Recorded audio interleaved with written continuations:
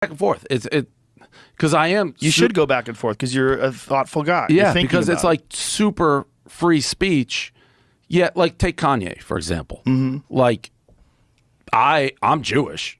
I hated Kanye beforehand, but I think he's anti-Semitic. Like the things he's saying bother me, and there's a lot of people in my mind who follow Kanye. They're rabid Kanye fans, and the things he starts saying to me can leak down. What is the biggest thing that he said? I know in general.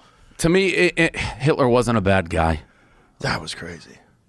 Like what did he say? What was his exact? He loves Hitler or something like that. He loves everybody. He was with Alex Jones, and Alex Jones was trying. He was also wearing a mask. Yeah, he was trying to throw him a lifeline. Yeah, Alex Jones was trying to. Alex Jones was the voice of reason. Yeah, and he's like, no, you don't mean Hitler was a good guy. He's like, no. Well, that's not what you mean. Yeah, Hitler's terrible. Yeah, for Alex to have to tell him Hitler was terrible is pretty funny. So if you're going down that way, I don't know. I think the way he's going down is he's never. I don't think he's experienced anything like. Of course, he's never experienced anything like this, right? Where everything's taken away from him. I mean, he had to stop construction on his house. He's losing all of his money, all of his sponsorships. Everything's gone. Yep. All of his connections to all these businesses, connections to banks, everything's gone. It's kind of wild to see. Because we've never seen that before, where a guy is a superstar and a billionaire, and he says some awful shit, and then everything's taken away from him. And this may be Kanye's personality. And in a way, he's also, you can listen to him talk many times, be like, he's a genius. He's brilliant, like the things he's saying. What he did, which may be unique, and some could say maybe they respect, he didn't take a step back. He kept saying things, and he wouldn't apologize. And now you can be like, well, if he didn't think he did anything wrong. But in the end, it came across he's just, to me, very anti-Semitic. I mean, if you're defending Hitler, you've gone pretty far. I think he's also mentally ill. Well, he's bipolar. I think he said that, yeah. Well, I think he said recently he's not bipolar, but he might be autistic. But, I mean, it's self-diagnosis. He was definitely medicated at one point in time, right? Remember when he got kind of chubby and he was like really like sedated?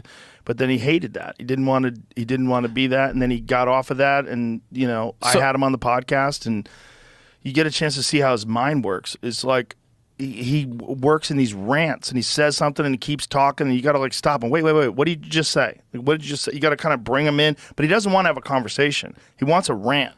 Yeah, you know what I mean? Like, remember when he sat down and ranted with Trump? Like in front of Trump and is like saying that. You mean recently? No, way back in the day with the Make America Great Again when he was in the office and Trump's just sitting there listening to him. Kanye's saying a bunch of wild, crazy shit. And Trump's like, interesting. Like with Trump as being like the most persuasive, the best version of Trump as a manipulator and a businessman. He's like letting Kanye. Because remember when Trump got elected, they invited all these celebrities to come to the celebration. Everybody's like, fuck that. Right. Nobody went. Yeah. Kanye was the one guy that embraced Trump. Yeah, look at this. He's sitting there with Jim Brown. And he's like, interesting. And he's like letting Kanye rant and go off and say all this crazy shit with a Make America Great Again hat on. So, like, for him, that's the thing with free speech. Like what I said. Play some of that.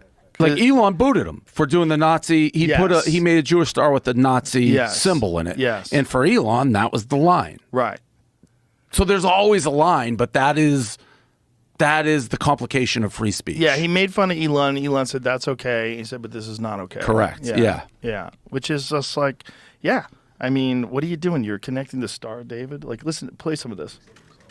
And really, the reason why they imprisoned him is because he started doing positive for the community. Look how Trump's like, yes, interesting. He wasn't just one of a monolithic voice, but he could wrap people around. So there's theories that there's infinite amounts of universe and there's alternate universe.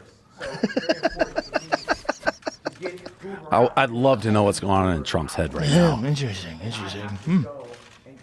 Look at him nodding. He was doing positive inside of Chicago, just like how I'm moving back to Chicago, and it's not just about getting on stage and being an entertainer and having a monolithic voice that's forced to be a specific party. People expect that if you're black, you have to be Democrat.